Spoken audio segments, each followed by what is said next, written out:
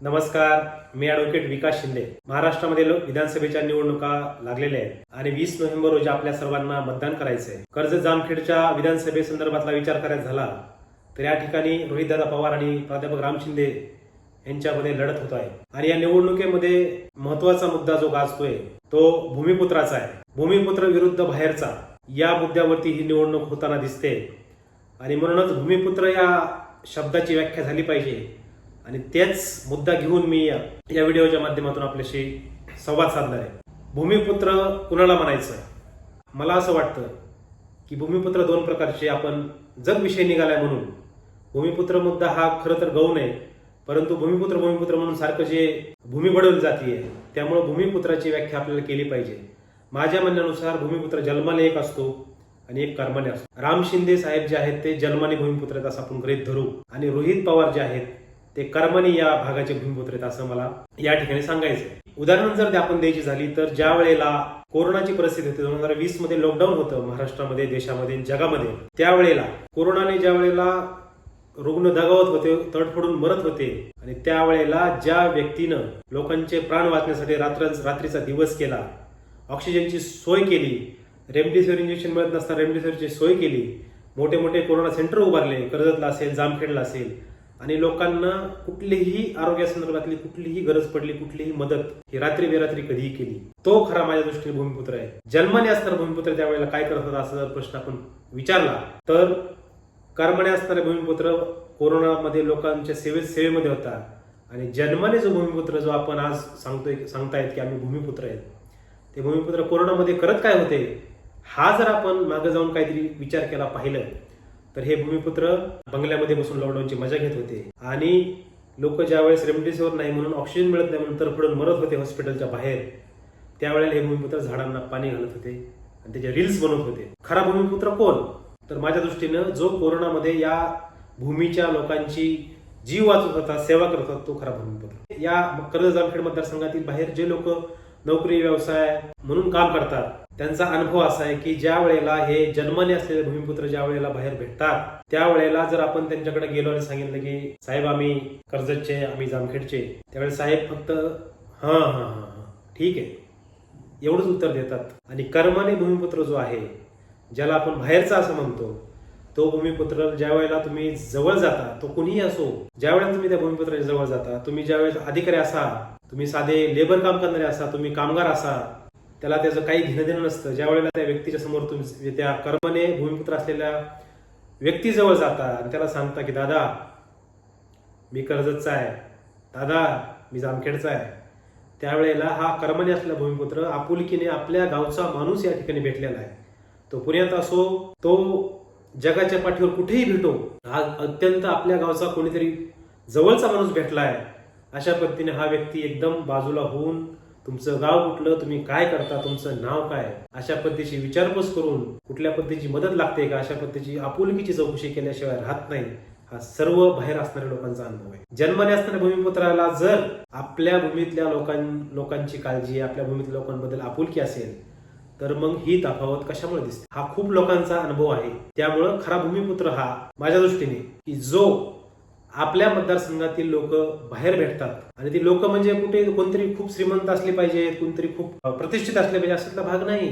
फाटका तुटका श्रीमंत, गरीब, अधिकारी, मोठा क्लास 1 ऑफिसर, लेबर काम करणारा कुठलाही व्यक्ती भेटल्यानंतर तुम्ही कोणत्या आपुलकीने त्याच्याबरोबर बोलता, त्या व्यक्तीला असं वाटतं का की हा माणूस आपल्याला आपुलकीने बोललाय, तो खरा भूमिपुत्र आहे. ज्या वेळेला या भागामध्ये ही जी भूमी आहे कर्जत जामखेडची, या भूमीमध्ये ज्या वेळेला रस्त्यांची कामं होतात, शासकीय इमारती उभ्या राहतात, शाळांची कामं होतात, त्यावेळेला शेतकऱ्यांसाठी ज्या लाईट असतात, विजेची संदर्भातली कामं असतील, शाळेच्या संदर्भातली कामं असतील, शासकीय कुठली पण कामं असतील किंवा विकास कामं असतील, तर विकास कामं होत असताना जो एकही रुपया टक्केवारी घेत नाही, जो काम करणाऱ्या कॉन्ट्रॅक्टरला बजावून सांगतो की हे काम क्वालिटीचं झालं पाहिजे, जर क्वालिटीचं काम झालं नाही तर माझ्याशी गाठ आहे, अशा पद्धतीने जो सांगतो, जो टक्केवारी घेत नाही, जो तळमळीने आणि प्रामाणिकपणे चांगल्या पद्धतीचं क्वालिटीचं काम झालं यासाठी प्रयत्न करतो, तो खरा भूमिपुत्र. जो या भूमीवर काम होत असताना कुठलंही काम टक्केवारीशिवाय काम करत नाही, तो भूमिपुत्र असू शकत नाही. आता टक्केवारी नाही घेता काम करणारा कोण आहे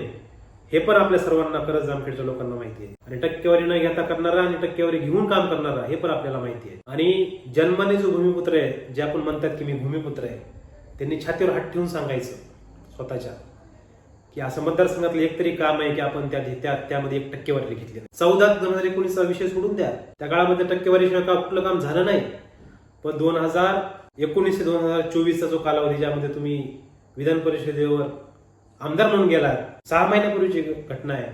अनेक लोकांना माहिती आहे, कॉन्ट्रॅक्टर कडून कळते. काहीतरी 4-5 कोटी ज्यावेळेस टेंडर आले डीपींचं, केबल असतात गावाच्या, डीपी असतात, त्या डीपी संदर्भातलं एक टेंडर आलं आणि त्यामध्ये 4 कोटीचं टेंडर विधान परिषदे आमदारांकडे होतं. त्या टेंडर निघालं, टेंडर मंजूर पण झाली. पण त्यांना असं कळालं की ह्या टेंडरमध्ये आपले जे 15% यायचे होते ते 15% आले नाही. हे त्यांच्या लक्षात आलं. कॉन्ट्रॅक्टरने आपल्याला 15% दिले नाही. त्यानंतर जन्माने भूमिपुत्र असलेल्या व्यक्तीनं हे टेंडर कॅन्सल केलं होतं. अशा पद्धतीच्या आम्हाला गोष्टी कॉन्ट्रॅक्टर म्हणून ऐकायला मिळतात. म्हणजे विचार करा की आपण ज्यांना भूमिपुत्र म्हणतोय, तो भूमिपुत्र टक्केवारीशिवाय काहीही करत नाही. टक्केवारी जर आपण एखाद्या कॉन्ट्रॅक्टरकडून घेतली तर कोणत्या तोंडाने आपण कॉन्ट्रॅक्टरला सांगणार आहे की चांगल्या क्वालिटीचं काम झालं पाहिजे. ही कामं होत असताना जो टक्केवारी घेत नाही, जो प्रामाणिकपणे काम झाले पाहिजे म्हणून तंबी देतो कॉन्ट्रॅक्टरला, तो खरा भूमिपुत्र. आपल्या कर्जत जामखेडमध्ये ऐतिहासिक स्थळे आहेत. 2019 पर्यंत आपल्याला थोडंफार या ऐतिहासिक स्थळांबद्दल माहिती होतं, पण त्याचं महत्व आपल्याला कधी समजलं नव्हतं. पानिपतचं युद्ध जे झालं, त्याच्या आधीचं युद्ध खर्ड्यामध्ये मराठ्यांचं झालं. शेवटचं लढाई मराठ्यांची खर्ड्यामध्ये झाली आणि ह्याचं महत्व आपल्याला खर्ड्याचा किल्ला इथपर्यंत माहित होतं. आपण कधी खर्ड्याच्या किल्ल्यावर गेलो नव्हतो. कर्माने जो भूमिपुत्र आहे, त्या भूमिपुत्राने या ठिकाणी खूप मोठा कार्यक्रम घेतला आणि संपूर्ण देशाला, संपूर्ण जगाला खर्डा किल्ला आणि त्या संदर्भात मराठ्यांचा जो इतिहास आहे तो माहिती झाला. आज जगातला सर्वात उंच भगवा कुठे असेल तो खर्ड्यामध्ये उभारण्यात आलेला आहे. या मतदारसंघाची मान अभिमानाने उंचावेल अशा पद्धतीनं ज्यानं काम केलं तो खरा भूमिपुत्र माझ्या दृष्टीने. या मतदारसंघातील युवकांच्या हाताला काम भेटलं पाहिजे, रोजगार निर्मिती झाली पाहिजे मतदारसंघामध्ये. त्यामुळे झटणारा, विधानसभेमध्ये लढणारा, भिडणारा आणि वेळ पडली तर आंदोलन करणारा जो व्यक्ती आहे, जो कर्माने भूमिपुत्र आहे, तो खरा भूमिपुत्र आहे. ज्याने या मतदारसंघातील लोकांच्यासाठी, या मतदारसंघातील लोकांच्या हक्कांसाठी लढा दिला, विधानसभेमध्ये गोंधळ घातला, तो खरा भूमिपुत्र. त्यामुळे भूमिपुत्र म्हणून जे आपण सगळीकडे सांगताय, तर अशा पद्धतीने भूमिपुत्र होऊ शकत नाही. कर्जत आणि जामखेडमध्ये दोन्ही तालुक्यातील 2019च्या अगोदर जर आपण कुठल्याही शासकीय कार्यालयात गेला, तहसील कार्यालय असेल, पंचायत समिती असेल, प्रांत कार्यालय असेल किंवा कुठलेही शासकीय कार्यालय असेल, त्या ठिकाणी गेल्यानंतर अत्यंत भकास वातावरण असायचं. पण 2019 नंतर कर्माने जो भूमिपुत्र आहे त्या व्यक्तीने या ठिकाणी शासकीय कार्यालयांचा परिसर आहे तो हिरवगार करण्याचं काम, वेगवेगळ्या प्रकारची झाडं लावली, फुलझाडं लावली आणि त्या ठिकाणी येणाऱ्या लोकांना, सरकारी कामासाठी येणाऱ्या लोकांना वैताग न येता त्यांना असं प्रसन्न वाटावं, प्रसन्न सुंदर वातावरण निर्माण करण्याचं काम ज्या व्यक्तीने केलं, ज्याची दूरदृष्टी यातून दिसून येते, ती व्यक्ती खरी भूमिपुत्र आहे असं माझं म्हणणं आहे. कर्जत जामखेडची ओळख महाराष्ट्रामध्ये पण नव्हती. 2019 पर्यंत कर्जतला कोणी ओळखत नव्हतं. कर्जत म्हणल्यानंतर मुंबईचं कर्जत का अशा पद्धतीने लोक विचारायचे. पण आज महाराष्ट्रातच नाही तर देशभरामध्ये जर कर्जतचं नाव घेतलं तर रोहित पवारांचं कर्जत का, अशा पद्धतीची ओळख या कर्जत जामखेड मतदारसंघाची निर्माण ज्यांनी केली, कामाच्या जोरावर केली, तो खरा भूमिपुत्र आहे. आपत्तीमुळे, पावसामुळे किंवा बाकीच्या काही गोष्टी घडल्यामुळे रात्री जर नुकसान झालं शेतकऱ्यांचं, तर सकाळी बांधावर असणारा जो व्यक्ती आहे, जो आमदार आहे, तो खरा भूमिपुत्र असं माझं म्हणणं. महाराष्ट्रामध्ये ज्या वेळेला लंपीचा प्रादुर्भाव झाला आणि शेतकऱ्यांचे जनावर दगवायला लागले, अत्यंत मोठं नुकसान शेतकऱ्यांचं व्हायला लागलं, त्यावेळेला विक्रमी लसीकरण, जनावरांचं विक्रमी लसीकरण ज्या मतदारसंघामध्ये कर्जत जामखेडमध्ये ज्यांनी केलं, शेतकऱ्यांचं जे नुकसान होणार आहे खूप मोठं, त्यांचे जे जनावर असतील, जनावर दगावल्यानंतर जे नुकसान होणार आहे, ते जनावर वाचवण्याचं, त्यांची संपत्ती वाचवण्याचं काम ज्या व्यक्तीने प्रामाणिकपणे केलं, तो खरा भूमिपुत्र माझ्या दृष्टीने. बाळ पोटात असल्यापासून त्याच्या आईची काळजी घेणारा, बाळ जन्माला आल्यानंतर त्याची काळजी घेणारा, बाळ शाळेत गेल्यानंतर त्याची काळजी घेणारा,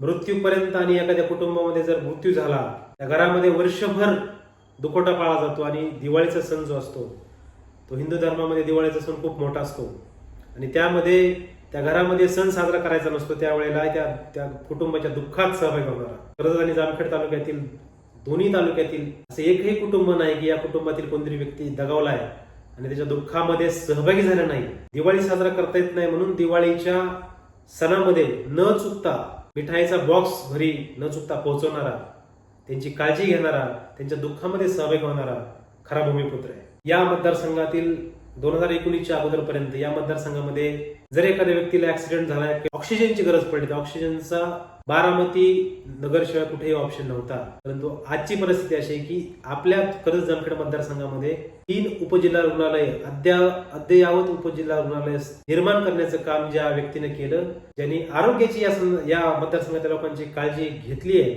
आरोग्याची काळजी निर्माण झाली, आरोग्य चांगले राहावं, आरोग्य सेवा मिळावी म्हणून ज्या व्यक्तीने 3 उपजिल्हा रुग्णालय दोन्ही तालुक्यामध्ये मिळून तयार केलेली आहेत, तो माझ्या दृष्टीने खरा भूमिपुत्र आहे. भूमिपुत्र म्हणून मला वाटतं बोलण्यापेक्षा आपण कोणत्या व्यक्तीने प्रामाणिकपणे काम केलं हे पाहणं गरजेचं आहे. मतदारसंघातील नागरिकांना माझे आव्हान आहे की आपण जन्माला आलेला व्यक्ती आपल्या भागातील आहे आणि म्हणून त्याला भूमिपुत्र म्हणण्यापेक्षा किंवा बाहेरचा कोणाला तरी म्हणण्यापेक्षा आपण या भूमीसाठी जो व्यक्ती झटतो रात्रंदिवस, जो व्यक्ती नडतो, लोकांना भिडतो, सरकारला भिडतो, जो व्यक्ती रात्रंदिवस पळतो, जो व्यक्ती कोणतीही टक्केवारी न घेता प्रामाणिकपणे काम करतो, तुमच्या अडीअडचणीमध्ये तुमच्या भावासारखा, तुमच्या मुलासारखा हजर असतो, तो व्यक्ती खऱ्या अर्थाने तुमचा भूमिपुत्र आहे. अशा पद्धतीने कुणीतरी भावनिक केलं, कुणीतरी सांगितलं की तो बाहेरचा आहे, आम्ही इथले, तसं चालणार नाही. आमच्यासाठी, या भूमीसाठी जो झटला, ज्यांनी प्रामाणिकपणे प्रयत्न केले, ज्यांनी या विकासाची दूरदृष्टी या ठिकाणी दाखवली, या ठिकाणी वेगवेगळ्या क्षेत्रातील सर्व क्षेत्र, आरोग्य असेल, शिक्षण असेल, सर्व क्षेत्रामध्ये ज्या व्यक्तीने काम केलेलं आहे, ज्या व्यक्तीचं अजून पण कामाचं उद्दिष्ट आहे, त्या व्यक्तीला आपण भूमिपुत्र मानलं पाहिजे. असं विनाकारण जन्माला आलं या ठिकाणी म्हणून भूमिपुत्र मानायला काही आम्ही तयार नाही. त्यामुळे माझी कर्जत आणि जामखेडच्या मतदारांना विनंती आहे की आपण भावनिक न होता खरा भूमिपुत्र कोणाला म्हणायचं हे आपण आता ठरवण्याची वेळ आलेली आहे. कारण की जर आपण अशा पद्धतीनं विनाकारण भावनिक होऊन चुकीचा भूमिपुत्र निवडायचा प्रयत्न केला तर येणाऱ्या काळामध्ये आपल्याला याची खूप मोठी किंमत मोजावी लागू शकते. येणारा काळ जो आहे, येणाऱ्या काळामध्ये आपल्याकडं चांगल्या प्रकारची MIDC होणार आहे. MIDC संदर्भात मी सेपरेट व्हिडिओ आपण नंतर बनवणार आहे. MIDC कुठल्या एरियामध्ये योग्य ठरू शकते, कुठल्या एरियामध्ये योग्य ठरू शकत नाही. परंतु जी प्रस्तावित MIDC जी अगोदरची होती त्या ठिकाणी MIDC झाल्यानंतर आपल्याकडं विजेचा प्रश्न असेल, पाण्याचा प्रश्न असेल, तो ऑटोमॅटिकली मिटणार आहे. जर आपल्याला भविष्यात MIDC मोठ्या प्रमाणात व्हायची असेल किंवा बाकीच्या खूप गोष्टी आहेत ज्या गोष्टी विकासाच्या दृष्टीनं, डेव्हलपमेंटच्या दृष्टीनं खूप या मतदारसंघाच्या महत्वाच्या आहेत आणि त्यामुळं ह्या जर गोष्टी आपल्याला भविष्यात व्हाव्या अशा वाटत असतील तर आपण योग्य पद्धतीनं भावनिक न होता, कुठल्याही पद्धतीनं गाफील न राहता आपण योग्य विचार करावा. 4 वर्ष, मागचे जे 5 वर्ष कोणत्या व्यक्तीनं मन लावून तळमळीनं प्रामाणिकपणे लोकांसाठी काम केलं, सर्व घटकांचा विचार करून काम केलं, सर्व धर्म समभाव विचारात घेऊन काम केलं, हे व्यक्ती आपण निवडण्यासाठी आपण विचार केला पाहिजे आणि त्यानंतर आपण निर्णय घेतला पाहिजे. कुठलेही भावनिक न होता आपण योग्य पद्धतीनं हा विचार करावा अशी मला खात्री आहे. धन्यवाद.